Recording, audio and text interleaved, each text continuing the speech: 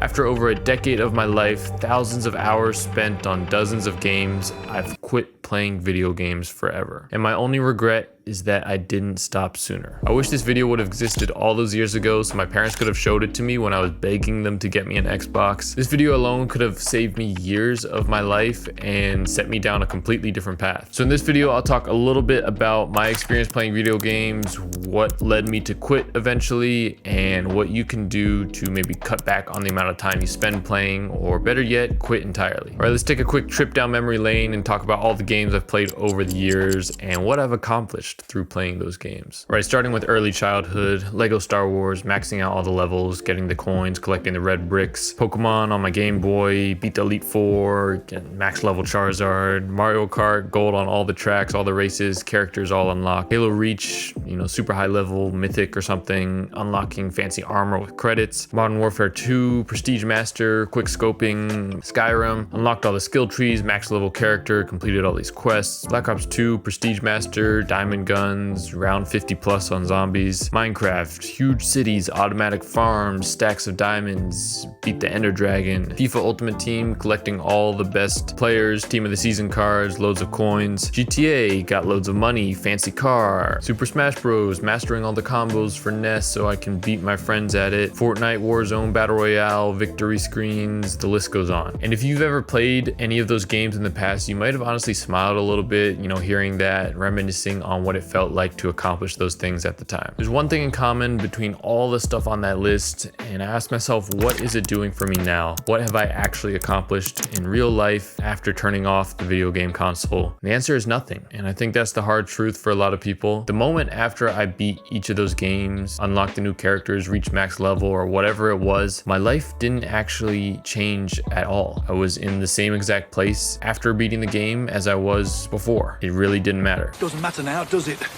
No, it doesn't matter now. Now you might be thinking about maybe the friendships that you built along the way, and that's an important point to discuss because I actually do have some friends that I played a lot of video games with back in the day, and they're still my close friends now, but I'll discuss more about the whole friendship thing later in the video. The obvious truth is that winning at video games doesn't actually make you successful in real life. You don't actually achieve anything meaningful. And honestly, I think I was definitely worse off from playing video games because I think everyone sort of has this natural drive to achieve things in life, to improve, to level up their character in the real world. And video games sort of just hijacks this internal desire and makes it so you feel satisfied with yourself and with your direction in life and with what you've accomplished by doing that in the digital world instead of the real world. While I was playing video games, I really wasted that natural drive for progress and achievement and spent it all on these games and had none left for my actual life. And I really don't blame myself or anyone else for that matter for playing these games or for wanting to play them, because I think the games are designed in such a great way to really capitalize and latch on to this internal desire. And for kids growing up, whether it's in the home environment or at school, when they try their best at something but then they receive excessive negative feedback, maybe they're yelled at or discouraged from failing or even trying, then it's understandable why they would turn to the video game world where they don't have to sit in a classroom and just believe everything the teacher says, and they can try as many times as they want. They can do poorly in the game and fail, but then still get commended for it, still get rewarded and encouraged to try again and see themselves level up, see this achievement, this progression, no matter what they do. When they do achieve things, they'll be rewarded and recognized for it by the game and other players or their friends. And so it makes sense why a lot of kids, my younger self included, probably enjoyed the video game world more than the real world at the time. And then there's the issue of dopamine. I remember back when I was really into video games, I was just constantly thinking about them, even when I wasn't playing. I even had dreams, I remember, of unlocking certain things that I guess I had a hard time unlocking. And at school, all my friends would just be talking about video games constantly. Even when I'm not playing, I'd be watching YouTube videos of other people playing the games, and it was just honestly insane. And the reason behind this is that video games gives your brain so much more dopamine than pretty much anything else in life, and for very minimal effort, you can just turn on the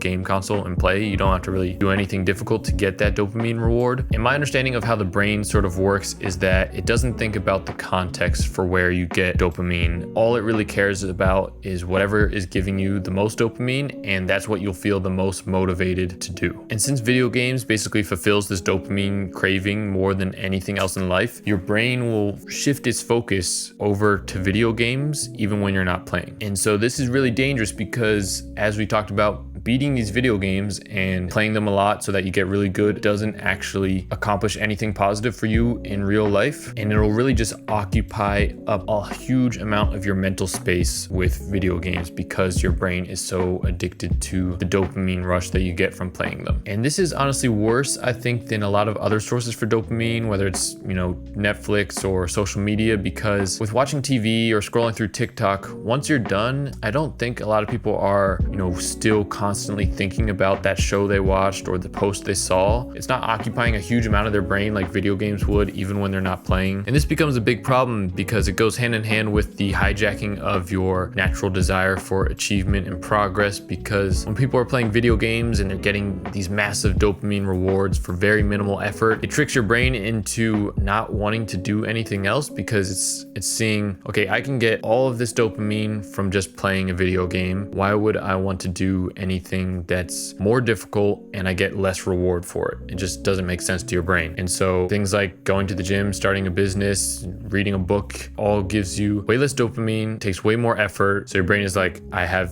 zero motivation to do these things. Bring me the video games back. You like to play video games, right?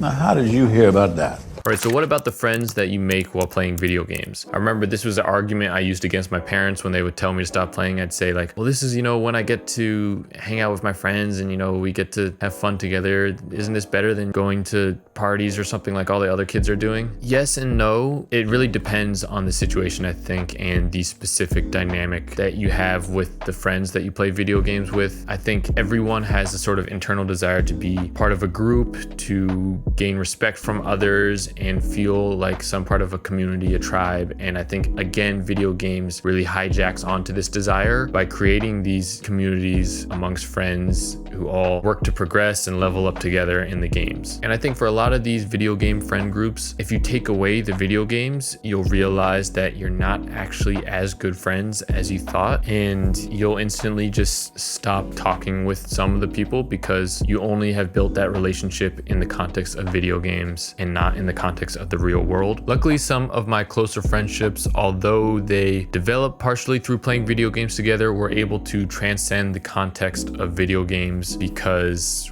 we spent time, developing them in real life. And so they've been able to last all these years, even after I've quit playing video games. But this is definitely not the case for most people. And I certainly had friends who seemed like good friends in the context of playing video games together. But the moment I stopped playing, I just never really talked to them much again. And in general, making friends through doing an activity together is actually good most of the time, as long as the activity is not something bad like video games or partying and doing drugs or something. It's ideal that you cultivate most of your friendships through more positive activities that help you grow and develop in real life, because these friendships will, one, just be a lot better and probably not as toxic, and they'll last longer as well. I remember another excuse that I would use to my parents or to myself for playing video games is that it helps me relax and wind down after a hard day of work or school. And looking back, I think this is just not true. And if you play video games, I think you can admit this too. Like, most of the games these days, they're not relaxing in any way. Maybe Minecraft is kind of relaxing, but all these other ones, it's like super adrenaline, things flashing all over the screen and killing people and stuff, and being, yelled at by your teammates or whatever. It's not relaxing. It's stressful. And another argument that I used to make was that, video games improve my hand-eye coordination, my teamwork abilities, my critical thinking skills and all that. And some of that might be true, but there's plenty of other things that don't have all the negative side effects that also provide those same benefits. So it's like, why not just do those things instead? So how to actually quit playing video games. Hopefully you feel already just a little more motivated to stop playing from simply knowing more about the deeper side of the negative effects of playing games. I remember growing up, my parents would always say things like, well, it's bad to stare at a screen all day, or like, you should go out and get some fresh air, which are both objectively true things, but it's, again, not very convincing. Like, okay, well, I don't want to stare at a screen because it'll hurt my eyesight, I guess. And I was like, well, my eyesight's fine. So I think their argument for why it was bad was just a little incomplete. It wasn't enough to convince a kid like me who was addicted to playing the games. Whereas I think what I've said in this video is a little more convincing, I hope at least. But when I finally came around to quitting video games, it actually was kind of easier and sort of just naturally happened. Luckily, my relationship with video games was more aimed,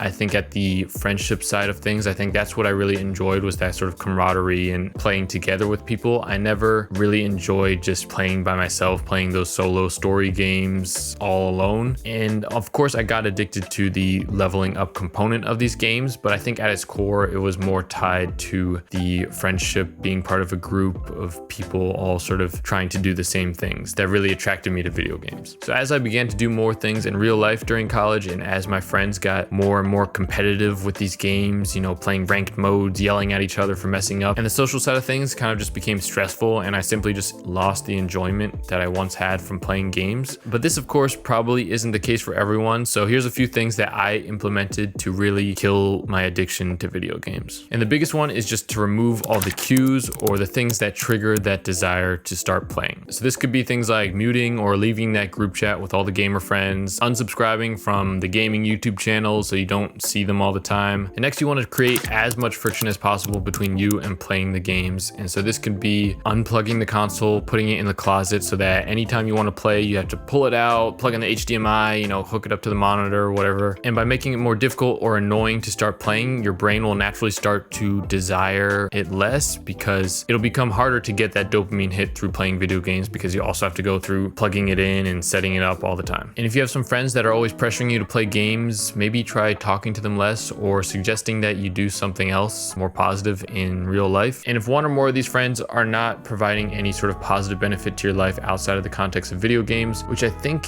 is often the case, or at least more often than people would like to admit, then consider stopping your interaction with those people altogether. Once you quit video games, if these people are truly your friends, they will be more than happy to talk with you and hang out with you in real life outside the context of video games. And finally, one of the best things you can do is to replace video games with a more positive habit. And so an easy one that I think works for a lot of guys in particular is going to the gym, because you can even do that with those same gamer friends. I kind of do that now with some gamer friends. And once you get into it, working out and especially lifting weights kind of latches on to some of those internal desires that video games took over, the idea of kind of progressing and leveling up and trying again and again. So I think that is a good step for a lot of people. But besides that, there's so many other positive habits that you could incorporate into your life to replace video games with. And so I made an entire video on the 7 habits to fix your life that you can watch right here. As always, do something today that your future self would thank you for.